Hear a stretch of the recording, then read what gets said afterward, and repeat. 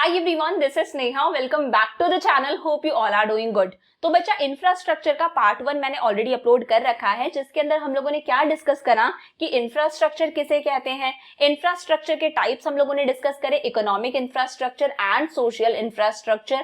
Plus एक बहुत important topic हम लोगों ने डिस्कस करा था, इंपॉर्टेंस ऑफ इंफ्रास्ट्रक्चर, यानी किसी भी कंट्री की ग्रोथ और डेवलपमेंट के लिए वहां का इंफ्रास्ट्रक्चर क्या रोल प्ले करता है, डेवलपमेंट एंड इंफ्रास्ट्रक्चर। आज हम लोग कुछ आगे के टॉपिक्स डिस्कस करके इस चैप्टर को कंप्लीट करेंगे। प्लस बच्चा इस चैप्टर के नोट्स आपको मेरे टेलीग्राम चैनल पर मिल जाएंगे, जिसका लिंक मैंने आपको डिस्क्रिप्शन में दिया है। सो अभी स्टार्ट करते हैं हमारा आगे का चैप्टर और इस चैप्टर को आज कंप्लीट करते हैं। So let's start. अब बच्चा हमारे पास में टॉपिक है state of infrastructure in India. तो बच्चा हमारे पास में यहाँ पर दो चीजें हैं, two important components of infrastructure are, first है energy that is component of economic infrastructure and second is health component of social infrastructure. तो बच्चे एनर्जी तो हमें पढ़ना नहीं है, हमारे कोर्स के अंदर नहीं है, डिलीट हो गया। हमें सिर्फ एक ही कंपोनेंट पढ़ना है जो है हेल्थ दैट इज की कंपोनेंट ऑफ सोशल इंफ्रास्ट्रक्चर। अच्छा, क्या होता है हेल्थ? हेल्थ से क्या समझते हो? Health means a sound physical and mental state of the individual. बच्चा अगर एक इंडिविजुअल की बॉडी भी सही है, फिजिकली भी वो फिट है और मेंटली भी वो फिट है, तो वो पर्सन क्या है? हेल्दी है। तो health means a sound physical and mental state of the individual. अगर एक इंडिविजुअल फिजिकली भी फिट है और मेंटली भी फिट है तो हम बोलेंगे हाँ भाई, इस इंडिविजुअल की हेल्थ एकदम सही है। अच्छा, अच्छी हेल्थ क्यों इंपॉर्टेंट है? Good health increases in overall efficiency to handle difficult task. बिल्कुल, अगर आज हमारी हेल्थ एकदम सही है, हम लोग फिजिकली भी फिट हैं, मेंटली भी फिट हैं, तो हम कितना भी डिफिकल्ट टास्क हो उसे अच्छे से हैंडल कर सकते हैं। अगर भी उस टास्क को हम कंप्लीट भी नहीं कर सकते तो एटलीस्ट उसे हैंडल कर सकते हैं, कुछ हद तक उसे सॉल्व कर सकते हैं। तो अच्छी हेल्थ की वजह से हम लोग किसी भी डिफिकल्ट टास्क को बहुत ही अच्छी एफिशिएंसी के साथ में सॉल्व कर सकते हैं। Good health increase in productivity of labour. बिल्कुल बच्चा, एम्प्लॉइज की प्रोडक्टिविटी कब इंक्रीज होगी? जब वो हेल्दी हैं। एक तो उनकी बॉडी एकदम सही है, फिजिकली उन्हें किसी तरह की कोई प्रॉब्लम नहीं है, मेंटली भी वो एकदम सही है, किसी तरह का कोई स्ट्रेस नहीं है, दिमाग एकदम परफेक्टली वर्क कर रहा है, नींद पूरी है, तो बच्चा अपने आप ही जो लेबर है, जो एम्प्लॉइज हैं, उनकी प्रोडक्टिविटी इंक्रीज होगी। अगर आज मैं कहती हूँ कि मेरी तबीयत सही नहीं है, मुझे कोई प्रॉब्लम है, जैसे प्रीवियस कुछ दिनों से मैंने वीडियोस अपलोड नहीं करे थे, I was not feeling well, तो अगर हमारी बॉडी ही सही नहीं है, अगर हम हेल्दी ही नहीं है, तो कहीं ना कहीं हमारी प्रोडक्टिविटी डिक्रीज हो जाएगी। तो good health increases in productivity of labour.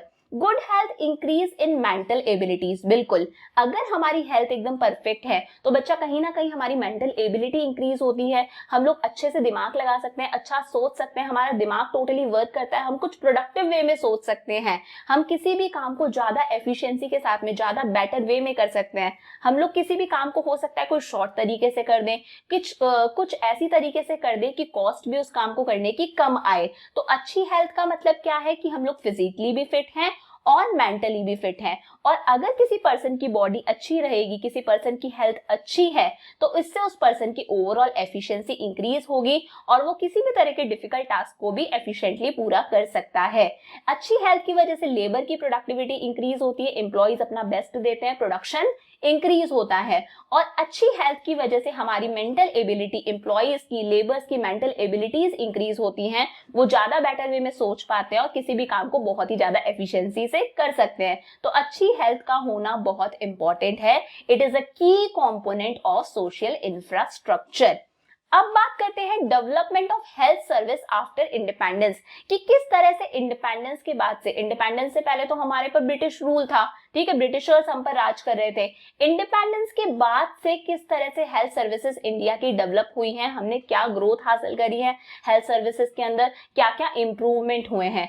तो फर्स्ट है डिक्रीज इन डेथ रेट। बिल्कुल बच्चा, डेथ रेट्स डिक्रीज हुई हैं। देखो आपको ही पता है कि पहले के टाइम पर बहुत सारी ऐसी डेडली डिजीज थी, फॉर एग्जांपल टीबी, कोलेरा, आप स्मॉल पॉक्स की भी बात कर सकते हो, कैंसर, ऐसी कई बीमारियां थी जिनका कोई इलाज तक पॉसिबल नहीं था, डेडली डिजीज थी, उसकी वजह से डेथ रेट्स ज्यादा थी। आज इन सब चीजों का इलाज, इन सब चीजों का ट्रीटमेंट पॉसिबल है, तो डेथ रेट क्या हो गई है? डिक्रीज हो गई है। तो फर्स्ट क्या है? Decrease in death rate.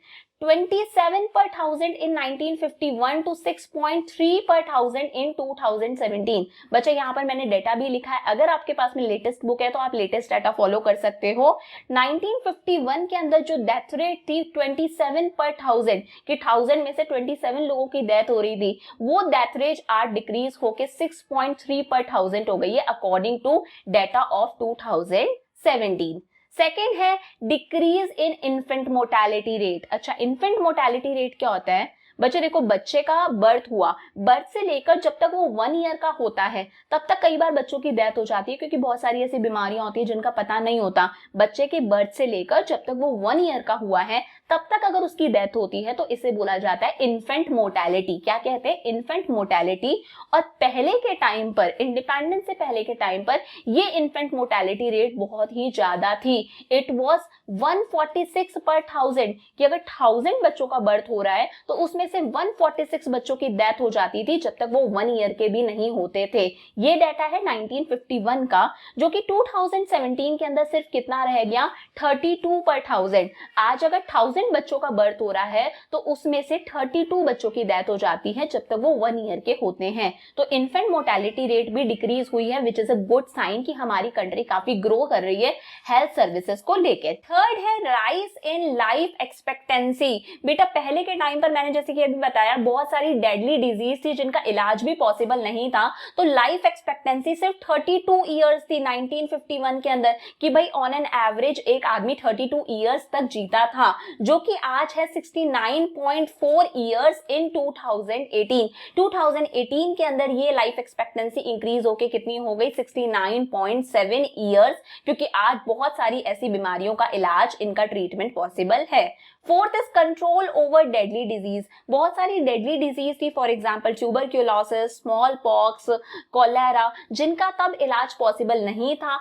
आज हम लोगों ने इतनी तरक्की कर ली है कि इन चीजों का इलाज पॉसिबल है। हम लोगों ने इन डेडली डिजीज के ऊपर कंट्रोल हासिल कर लिया है, तो control over deadly disease. Fifth is decrease in under 5 mortality rate. बच्चा, जिस तरह से इन्फेंट मोर्टेलिटी रेट आया था, मतलब बच्चे के बर्थ से लेकर जब तक बच्चा 1 ईयर का हो रहा है तब तक अगर उसकी डेथ होती है तो उसे हम क्या कहते हैं? Infant mortality. प्लस बच्चे के बर्थ से लेकर जब तक बच्चा 5 इयर्स तक का हुआ है तब तक अगर उसकी डेथ हो जाती है तो उसे बोला जाता है अंडर 5 मोर्टेलिटी रेट। तो बच्चे, ये जो अंडर 5 मोर्टेलिटी रेट है ये 1960 के अंदर थी 248 पर थाउजेंड, कि 1000 बच्चों का अगर बर्थ हुआ है तो जब तक वो 5 साल के होंगे तब तक उसमें से 248 बच्चों की डेथ हो जाएगी, क्योंकि बहुत सारी बीमारियों का पता ही नहीं था, हेल्थ केयर सर्विसेज उतनी अच्छी नहीं थी। आज के डेटा के हिसाब से 2017 के अकॉर्डिंग अगर 1000 बच्चों का बर्थ हो रहा है तो उसमें से सिर्फ 39 बच्चों की डेथ होगी। स्टिल हमें इस पर बहुत काम करना है, इसे बिल्कुल जीरो लेकर जाना है। तो ये क्या है बच्चा, कि हम लोगों ने किस तरह से डेवलप करा है इंडिपेंडेंस के बाद से, किस तरह से हमारी हेल्थ सर्विसेज डेवलप्ड हुई हैं।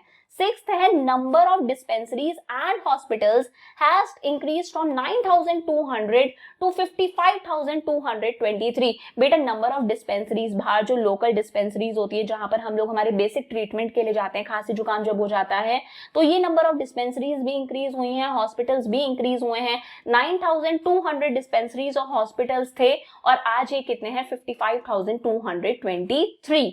Number of doctors has increased from 62,000 to 18,15,063। बेटा, नंबर ऑफ डॉक्टर्स भी काफी ज्यादा इंक्रीज हुए हैं। पहले नंबर ऑफ डॉक्टर्स थे 62,000, जो कि आज इंक्रीज होके हो गए हैं 18,15,063। Expansion of healthcare facilities has been so significant that there is complete eradication of smallpox from India। बेटा, देख सकते हो कि हमारी हेल्थ केयर फैसिलिटीज इतनी ज्यादा डेवलप हो गई हैं पहले के कंपैरिजन में, कि आज की डेट के अंदर स्मॉल पॉक्स तो जो है वो कंप्लीटली इरेडिकेट हो गया है, हमारी कंट्री से हट ही गया है। आज के बच्चों को नहीं सुनने में आता कि स्मॉल पॉक्स हो गया और ये सारी प्रॉब्लम्स हो गई, तो ये कंप्लीटली इरेडिकेट हो गई है, क्योंकि हमारा वैक्सीनेशन सिस्टम इतना अच्छा चला, इन चीजों की अच्छी खासी वैक्सीन बन गई। To improve health facilities to its citizens, government introduced National Health Policy 2017। बेटा, हमारी कंट्री के सिटीजन्स को हेल्थ फैसिलिटीज अच्छी देने के लिए गवर्नमेंट ने क्या इंट्रोड्यूस करी? National health policy. क्या इंट्रोड्यूस करी? National health policy 2017, which aims at achieving universal health coverage and delivering quality healthcare services to all at affordable cost। बेटा इस नेशनल हेल्थ पॉलिसी 2017 का मेन मकसद क्या था कि हेल्थ कवरेज हो, यूनिवर्सल हेल्थ कवरेज हो, कोई भी पर्सन इलाज के बिना ना रहे, हर पर्सन को ट्रीटमेंट मिले। और ये कैसे मिले कि भाई जो भी ट्रीटमेंट है, जो भी हेल्थ केयर फैसिलिटीज है, उन्हें अफोर्डेबल कॉस्ट पर अवेलेबल करवाओ ताकि गरीब लोगों का भी ट्रीटमेंट पॉसिबल हो। तो to improve health facilities to its citizen, हमारे सिटीजन्स को अच्छी हेल्थ फैसिलिटीज देने के लिए गवर्नमेंट ने क्या लॉन्च करा, नेशनल हेल्थ पॉलिसी 2017, जिसका मेन मकसद था यूनिवर्सल हेल्थ कवरेज, कि भाई कोई पीछे ना रहे, कोई भी पर्सन ऐसा ना हो कि इसका ट्रीटमेंट पॉसिबल नहीं है, हर पर्सन का ट्रीटमेंट पॉसिबल हो। And delivering quality health care services, और सबको अच्छी क्वालिटी की हेल्थ केयर सर्विसेज मिले, वो भी अफोर्डेबल कॉस्ट पर, कम प्राइसेस पर, ताकि हर कोई अफोर्ड कर सके। 10th is government has launched Ayushman Bharat योजना। बेटा गवर्नमेंट ने एक योजना लॉन्च करी जिसे बोला जाता है आयुष्मान भारत योजना, जिसे हम लोग नेशनल हेल्थ प्रोटेक्शन मिशन भी बोल सकते हैं। To provide health insurance of ₹5 lakh per family per year to poor household in the country. बच्चे गवर्नमेंट ने आयुष्मान भारत योजना लॉन्च करी जिसके अंदर 5 लाख रुपए हर फैमिली को मिलते हैं पर ईयर, ताकि वो अपनी फैमिली का ट्रीटमेंट करवा सके। इंश्योरेंस है ये कि इंश्योरेंस के अंदर 5 लाख पर फैमिली को मिलेगा per year, poor house holds को, ताकि वो अपना ट्रीटमेंट करवा सके। It is a health insurance. तो ये सारे क्या है बच्चे, डेवलपमेंट है जो हमारी कंट्री ने हासिल करे हैं after independence in health services. अब नेक्स्ट टॉपिक है essential indicators of good health. छोटा सा टॉपिक है, अगर एग्जाम के अंदर आ जाता है, what are the essential indicators of good health. भाई गुड हेल्थ का मतलब क्या है, लो डेथ रेट्स, की डेथ रेट्स कम से कम होनी चाहिए। जैसा कि मैंने बताया आज डेथ रेट्स बहुत कम हो गई हैं और आगे चल के और कम होंगी क्योंकि हम हमारे हेल्थ केयर सेंटर्स पर वर्क कर रहे हैं। तो लो डेथ रेट्स, बिल्कुल डेथ रेट्स कम तभी होंगी जब बहुत सारी डेडली डिजीज पर हम लोग कंट्रोल हासिल कर लेंगे, हम लोग प्रॉपर वैक्सीनेटेड रहेंगे। लो इन्फेंट मोर्टेलिटी रेट, कि number of child dying before reaching the age of 1, जब बच्चा 1 साल का होता है तब तक उसकी जो डेथ हो जाती है उसे बोलते हैं इन्फेंट मोर्टेलिटी रेट, ये लो हो जाए which is a sign of good health. High expectancy of life, life की एक्सपेक्टेंसी इंक्रीज हो, जैसा कि आप लोगों ने देखा था कि पहले लाइफ एक्सपेक्टेंसी थी 32 ईयर्स जो कि 2018 में हो गई 69.4 ईयर्स, क्योंकि हम लोगों ने बहुत सारी बीमारियों पर कंट्रोल हासिल कर लिया। It is a sign of good health. Fourth is low incidence of deadly disease, deadly disease पर कंट्रोल हासिल करना। फॉर एग्जांपल आज के टाइम पर अभी जैसे कोविड फैला हुआ है, तो इससे भी हम लोग वैक्सीनेटेड हो गए हैं, हम लोग वेट कर रहे थे, बहुत सारे स्टूडेंट्स वेट कर रहे थे फोर्थ वेव आए, नहीं आई, क्योंकि हम लोगों ने इस पर कंट्रोल हासिल करा है, हम लोग वैक्सीनेटेड है। तो ये क्या है, it is a sign of good health. And last is high nutritional, sorry ये डिजीज नहीं है बेटा, ये हाई न्यूट्रिशनल डाइट है। हमारी जो डाइट होती है वो हाई न्यूट्रिशनल होनी चाहिए, एक बैलेंस्ड डाइट होनी चाहिए कि हमारी बॉडी में सारे न्यूट्रिएंट्स जाएं ताकि हमारी बॉडी फिट रहे। तो all these are indicators of good health. अगर ये सब कुछ बढ़िया है, डेथ रेट्स कम है, इन्फेंट मोर्टेलिटी रेट कम है, लाइफ की एक्सपेक्टेंसी ज्यादा है, डेडली डिजीज पर हम लोगों ने कंट्रोल हासिल कर लिया, न्यूट्रिशन हम लोग प्रॉपर ले रहे हैं, प्रॉपर न्यूट्रिशनल डाइट ले रहे हैं, बैलेंस्ड डाइट ले रहे हैं, हमारी कंट्री में सबको प्रॉपर न्यूट्रिशन मिल रहा है, इट मींस हमारी कंट्री की हेल्थ कंडीशंस अच्छी हैं। It is a indicator of good health. अब बात करते हैं बच्चा एक important topic, health care system in India, India के हेल्थ केयर सिस्टम की। तो बेटा हमारे यहाँ पर 3 टियर हेल्थ केयर सिस्टम है जिसके अंदर 3 टियर्स हैं, टियर 1, टियर 2, टियर 3। याद करना है 3 टियर हेल्थ केयर सिस्टम, मेरे साथ साथ में लर्न कर लो, टियर 1, टियर 2, टियर 3। सबसे पहले टियर 1 डिस्कस करते हैं। Tier 1 includes primary health centres. बेटा टियर 1 के अंदर क्या आते हैं, प्राइमरी हेल्थ सेंटर, शॉर्ट में बोल सकते हैं PHC। साथ साथ याद कर लो, primary health centres, community health centres and sub centres. Tier 1 में क्या आ गए, primary health centres, community health centres and sub centres. अच्छा इसके अंदर क्या आते हैं, these are small hospitals set up mostly in small towns and rural areas। बेटा ये कुछ छोटे छोटे से हॉस्पिटल्स है, छोटे छोटे से हेल्थ हेल्थ केयर सेंटर्स हैं, हमारे घर के आसपास में जो डिस्पेंसरीज होती हैं, specially located in small town, जो छोटे छोटे टाउन्स में होती हैं, रूरल एरियाज में होती हैं, and managed by the single doctor, यहाँ पर एक सिंगल डॉक्टर होता है, सिंगल डॉक्टर ही सारी चीजें देख लेता है, एंड एएनएम, और एक नर्स होती है जिसे हम लोग ऑक्सिलरी नर्सिंग मिडवाइफ कहते हैं। नर्स होती है, बेसिकली लोग जाके इस नर्स को मिलते हैं। तो ये क्या है बच्चे, कुछ प्राइमरी हेल्थ सेंटर्स हैं जो छोटे छोटे से टाउन्स के अंदर और स्पेशली रूरल एरियाज में देखने को मिलते हैं, जिन्हें सिर्फ एक सिंगल डॉक्टर मैनेज करता है, और सिंगल डॉक्टर के साथ में कौन होती है, एएनएम होती है, ऑक्सिलरी नर्सिंग मिडवाइफ, जो एक नॉर्मल नर्स है। Provide immunisation facilities against infectious diseases, बेटा इन हॉस्पिटल्स, इन डिस्पेंसरीज के अंदर जाके हम लोग वैक्सीन लगवा सकते हैं, इम्यूनाइजेशन का काम करते हैं, मतलब अगर इन्फेक्शियस डिजीज से बचाने के लिए यहाँ पर वैक्सीन लगती हैं।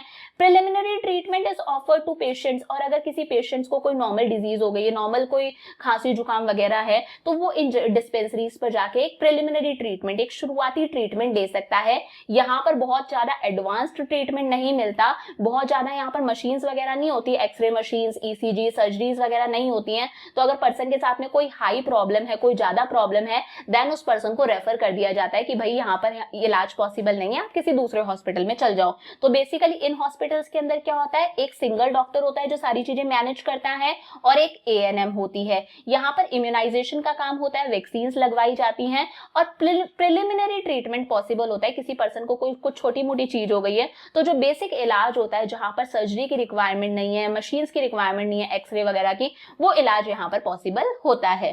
सेकेंड है tier 2।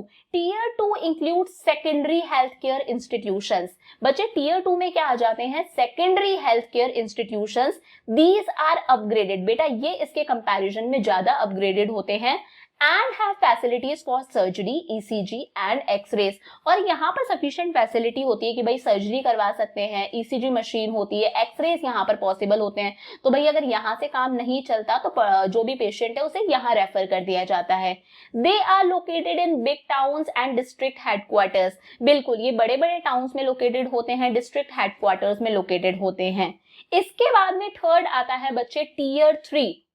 Tier 3 includes tertiary health care centres. क्या कहते हैं, tertiary health care centres. These are equipped medical centers offering specialized medical facilities। बेटा ये वो हेल्थ केयर सेंटर्स है जहां पर हर तरह की मशीन्स होती हैं, कितने भी आप यहाँ पर टेस्ट करा सकते हो, सारे टेस्ट पॉसिबल है, बहुत बड़ी बड़ी मशीन्स यहाँ पर होती हैं, यहाँ पर स्पेशलाइज्ड मेडिकल फैसिलिटीज होती है, हर तरह का ट्रीटमेंट पॉसिबल है, स्पेशलाइज्ड मेडिकल फैसिलिटीज मिलती हैं। It includes educational and research centres, और बेटा इनके अंदर एजुकेशनल और रिसर्च सेंटर्स भी आते हैं, जहां पर लोग फर्दर डॉक्टरी के लिए, एमबीबीएस वगैरह के लिए, आगे पीजी के लिए स्टडीज भी करते हैं, रिसर्च वर्क भी करते हैं। इसके कुछ एग्जांपल्स हैं एम्स, पीजीआई, एनआईएम, एचएनएस। एम्स आपको पता है ये all India institute of medical science. PGI क्या है, पोस्ट ग्रेजुएट इंस्टीट्यूट, ये चंडीगढ़ के अंदर है। एंड एनआईएम, एचएनएस ये है बेटा national institute of mental health and neuro science, national institute of mental health and neuro science, it is in Bangalore. तो याद रख लेना एम्स कहां पर है, न्यू दिल्ली के अंदर है। पोस्ट ग्रेजुएट इंस्टीट्यूट कहां पर है, चंडीगढ़ के अंदर। And national institute of mental health and neuro science कहां पर है, बैंगलोर के अंदर। ये आ जाता है हमारा टीयर 3 के अंदर। जब यहाँ काम नहीं चलता तब पेशेंट को यहाँ रेफर कर दिया जाता है, लोग यहाँ पर लेकर जाते हैं। सुना होगा ना कि एम्स के अंदर इलाज चल रहा है फिर भी उसका ट्रीटमेंट नहीं हो पा रहा है। तो ये हमारा 3 टीयर सिस्टम है इंडिया के हेल्थ केयर सिस्टम का। 3 tier health care system, tier 1, tier 2, tier 3। Tier 1 में आ गया primary health centres, community health centres and sub centres. Tier 2 में आया secondary health care institutions, and tier 3 में आ गया टर्शरी हेल्थ केयर सेंटर्स, जहां पर पढ़ाई भी होती है, एजुकेशनल इंस्टीट्यूट भी है और रिसर्च वर्क भी साथ साथ में चलता रहता है। अब बात करते हैं प्राइवेट सेक्टर हेल्थ इंफ्रास्ट्रक्चर कि किस तरह से प्राइवेट सेक्टर का क्या रोल है, प्राइवेट सेक्टर कैसे धीरे धीरे एक्सपैंड होता जा रहा है इंडिया के हेल्थ केयर सेंटर्स के अंदर, इंडिया के हेल्थ इंफ्रास्ट्रक्चर के अंदर। First is more than 80% of health care spending in India account for private sector. बेटा इंडिया के अंदर हम लोग जितना भी पैसा हेल्थ पर खर्च कर रहे हैं ना, इंडिया के अंदर हम लोग हेल्थ पर जितना भी अमाउंट खर्च कर रहे हैं उसका 80% तो हम सिर्फ और सिर्फ कहाँ खर्च कर देते हैं, प्राइवेट सेक्टर को देकर आते हैं। यानी कि इससे पता चल रहा है भाई 80% पैसा हम लोग प्राइवेट सेक्टर पर खर्च कर रहे हैं, मतलब हम लोग प्राइवेट हॉस्पिटल्स में इलाज करा रहे हैं, गवर्नमेंट हॉस्पिटल्स में इतना स्पेंड नहीं कर रहे, इतना इलाज नहीं करा रहे। More than 80% of health care spendings in India, India के अंदर जितनी भी हेल्थ केयर स्पेंडिंग्स है उसमें 80% से भी ज्यादा हम लोग कहां पर खर्च कर रहे हैं, प्राइवेट सेक्टर में इलाज करवा के। Second is 78% rural and 81% urban patients. बेटा 76% तो रूरल पेशेंट्स और 81% urban patients are availing private non institutional facilities, इलाज करवाने के लिए जाते हैं प्राइवेट डॉक्टर्स के पास में, वो भी हॉस्पिटल्स नहीं, वो जो घर में क्लिनिक खोल के बैठे रहते हैं या फिर अपना पर्सनल क्लिनिक खोल के बैठे रहते हैं। कहने का क्या मतलब है कि 78% रूरल पेशेंट्स और 81% अर्बन पेशेंट्स अपना इलाज करवाने के लिए प्राइवेट नॉन इंस्टीट्यूशनल फैसिलिटीज को यूज में लेते हैं। फॉर एग्जांपल हॉस्पिटल्स में ना जाके वो डॉक्टर्स को पर्सनली दिखाते हैं, डॉक्टर्स के पर्सनल क्लिनिक पर दिखा देते हैं। 58% रूरल एंड 62% अर्बन पेशेंट्स। बेटा 58% तो रूरल पेशेंट और 62% urban patients are going to private hospitals, वो अपना ट्रीटमेंट करवाने के लिए प्राइवेट हॉस्पिटल्स के अंदर जाते हैं। इसमें छोटे हॉस्पिटल्स भी आते हैं, बड़े हॉस्पिटल्स भी आते हैं। At the time of independence the private sector in India accounted for only 8% of healthcare facilities। बेटा इंडिपेंडेंस के टाइम पर इंडिया के जो प्राइवेट हेल्थ केयर सेंटर्स थे वो सिर्फ 8% ही थे, मतलब इंडिया के अंदर जितना भी हेल्थ केयर सेंटर्स हैं उसके अंदर से प्राइवेट सेक्टर का रोल था, प्राइवेट सेक्टर सिर्फ 8% ही थे। But now 93% of hospitals, but आज की डेट में जितने भी हॉस्पिटल्स हैं उसमें से 93% हॉस्पिटल्स, जितने भी बेड्स हैं उसमें से 64% बेड्स और जितने भी डॉक्टर्स है उसमें से 80 से 85% जो डॉक्टर्स हैं वो प्राइवेट सेक्टर के। क्या समझ में आया कि इंडिपेंडेंस के टाइम पर जितना भी हमारा हेल्थ केयर सेंटर है उसमें से प्राइवेट सेक्टर के जो हेल्थ केयर सेंटर्स थे वो सिर्फ 8% थे। आज 93% हॉस्पिटल्स, 64% बेड्स एंड 80 से 85% जो डॉक्टर्स हैं हमारे वो किस सेक्टर से बिलोंग करते हैं, प्राइवेट सेक्टर से बिलोंग करते हैं। इससे पता चलता है कि हमारा प्राइवेट सेक्टर कैसे डे बाय डे ग्रो करता जा रहा है। स्टिल बच्चा health is an emerging challenge, health as an emerging challenge. आज भी देखा जाए तो हेल्थ एक इमर्जिंग चैलेंज है, एक चैलेंज है। आज भी हम वो चीज हासिल नहीं कर पाए जो एक्चुअली हमें हासिल कर लेनी थी। कौन कौन सी प्रॉब्लम्स आ रही हैं भाई हेल्थ के सामने, कौन कौन से ऑब्स्टेकल्स हैं? तो फर्स्ट है unequal distribution of health care services. बिल्कुल बेटा हेल्थ केयर सर्विसेज का जो डिस्ट्रीब्यूशन है वो अनइक्वल है। कैसे बच्चे कि अर्बन एरियाज में तो बहुत ही ज्यादा हॉस्पिटल्स, डिस्पेंसरीज और हेल्थ केयर सेंटर्स अवेलेबल हैं, वहीं रूरल एरियाज में ये फैसिलिटीज उतनी नहीं है। तभी आप लोगों ने देखा होगा कि लोग गांव से शहरों के अंदर आते हैं, अर्बन एरियाज में आते हैं ट्रीटमेंट करवाने के लिए। अगर आज आप किसी भी बड़े हॉस्पिटल में चल जाओ, सीके बिरला, फोर्टिस के अंदर, तो आप लोगों ने देखा होगा बहुत सारे गाँव से लोग आते हैं यहाँ पर ट्रीटमेंट करवाने के लिए। ऐसा क्यों? क्योंकि गाँव के अंदर, विलेजेस के अंदर उनको वो ट्रीटमेंट मिल नहीं पा रहा, वहां पर इतने अच्छे हेल्थ केयर सेंटर्स नहीं है, प्रॉपर वहां पर मशीन्स नहीं है सर्जरी वगैरह के लिए, इतना अच्छा उनका ट्रीटमेंट पॉसिबल नहीं है। तो हालांकि हेल्थ केयर सर्विसेज हमारी कंट्री में इंक्रीज हुई हैं, बट इनका डिस्ट्रीब्यूशन अनइक्वल है कि अर्बन एरियाज में, शहरों के अंदर, टाउन्स के अंदर तो ये चीजें इंक्रीज हो गई, बट रूरल एरियाज के अंदर आज भी अच्छी हेल्थ केयर सर्विसेज की कमी है।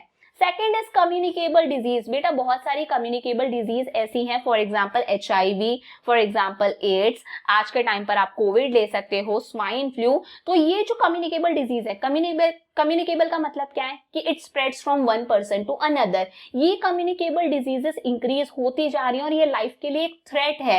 ये डे बाय डे इंक्रीज होती जा रही है, 1% टू 2% ये स्प्रेड होती रहती हैं और इनका स्टिल कोई इलाज पॉसिबल नहीं है। फॉर एग्जाम्पल कोविड का भी अभी आप देख लो, प्रॉपर ट्रीटमेंट तो पॉसिबल ही नहीं है ना, कम्युनिकेबल डिजीज है, स्प्रेड होता जा रहा है, तो ये कंट्री की ग्रोथ को कहीं ना कहीं गिराता है। तो आज भी बहुत सारी कम्युनिकेबल डिजीज ऐसी हैं जिनका इलाज पॉसिबल नहीं है, जिन पर कंट्रोल हम लोगों ने हासिल नहीं करा है। Third is poor management. भाई अगर गवर्नमेंट हॉस्पिटल्स की भी अगर बात करते हैं तो पुअर मैनेजमेंट है। पुअर मैनेजमेंट का मतलब है कि नंबर ऑफ पेशेंट्स तो ज्यादा हैं और number of hospitals, number of dispensaries, number of health care centres कम है, पेशेंट्स ज्यादा हैं, डॉक्टर्स कम है। अभी हम लोगों ने पीछे देखा कि भाई इतने सारे डॉक्टर्स हैं हमारे पास में, बट स्टिल बच्चे पेशेंट्स ज्यादा हैं और हॉस्पिटल्स कम है, डिस्पेंसरीज कम है। तो मैनेजमेंट प्रॉपर नहीं है, पेशेंट्स को प्रॉपर बेड्स नहीं मिल पाते, उन्हें फ्लोर पर सुला दिया जाता है। तो वही ये प्रॉपर मैनेजमेंट नहीं है, हर चीज में डिले होता है। फोर्थ इज प्राइवेटाइजेशन, ये भी एक बड़ी प्रॉब्लम है बेटा। हॉस्पिटल्स आप देख लो, आज इतने सारे प्राइवेट हॉस्पिटल्स खुलते जा रहे हैं, सब लोग अपने अपने हॉस्पिटल्स खोल के बैठे हैं। बहुत सारे प्राइवेट हॉस्पिटल्स हैं, वो आपको अच्छा इंफ्रास्ट्रक्चर प्रोवाइड करवाते हैं, वहां पे मैनेजमेंट एकदम प्रॉपर है, खुद ही खुद का वो फूड देंगे, वहां पर प्रॉपर क्लीनलीनेस मेंटेन करी जाती है। ठीक है भाई, प्राइवेट हॉस्पिटल्स खुल रहे हैं, प्राइवेटाइजेशन हो रहा है, बट ये भी तो देखो कि वो प्राइवेट हॉस्पिटल्स कितने ज्यादा एक्सपेंसिव हैं, और सब लोग चाहते हैं इन हॉस्पिटल्स में ट्रीटमेंट करवाना, बट ये हॉस्पिटल्स बहुत ज्यादा एक्सपेंसिव हैं। तो ये पुअर लोगों के लिए प्रॉब्लम वाली बात है भाई। जो पर्सन अफोर्ड करता है वो तो प्राइवेट हॉस्पिटल में, फोर्टिस में जाएगा, सीके बिरला में जाएगा, अपना ट्रीटमेंट करवा के आ जाएगा। बट जो लोग अफोर्ड नहीं कर सकते उनका क्या, उन्हें तो वही गवर्नमेंट पे डिपेंड रहना पड़ रहा है। तो ये भी गलत है कि इतना ज्यादा प्राइवेटाइजेशन हो रहा है। प्राइवेटाइजेशन की वजह से जो हेल्थ केयर सर्विसेज हैं, हेल्थ केयर फैसिलिटीज हैं, वो एक्सपेंसिव होती जा रही है। वो लोग हर चीज का चार्ज करते हैं, बहुत अच्छा अमाउंट चार्ज करते हैं।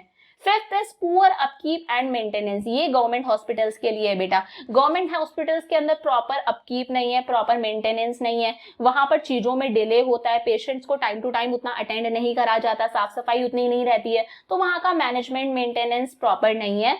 ये सब चीजें बहुत डाउन है। Sixth is poor sanitation facilities, बहुत सारे हॉस्पिटल्स ऐसे हैं जिनके अंदर प्रॉपर सैनिटेशन फैसिलिटीज नहीं है, उतनी अच्छी साफ सफाई नहीं है, वहां पे टॉयलेट्स उतने ज्यादा क्लीन नहीं है। तो ये सब चीजें क्या है, एक प्रॉब्लम है, एक ऑब्स्टेकल है हमारी अच्छी हेल्थ के towards. Health as an emerging challenge, ये सारे जो चैलेंजेस हैं जो हमें ओवरकम करने हैं, तभी हमारा इंडिया का हेल्थ केयर सिस्टम और ज्यादा अच्छा हो सकता है। First is unequal distribution of health services, health services इतनी ज्यादा एडिक्वेट नहीं है, अर्बन एरियाज में है, रूरल एरियाज में नहीं है। Communicable diseases, AIDS, HIV, swine flu, अभी के लिए आप कोविड ले सकते हो, इनका इलाज हम लोगों के पास में आज भी नहीं है, हम लोगों ने इन पर कंट्रोल हासिल नहीं करा है।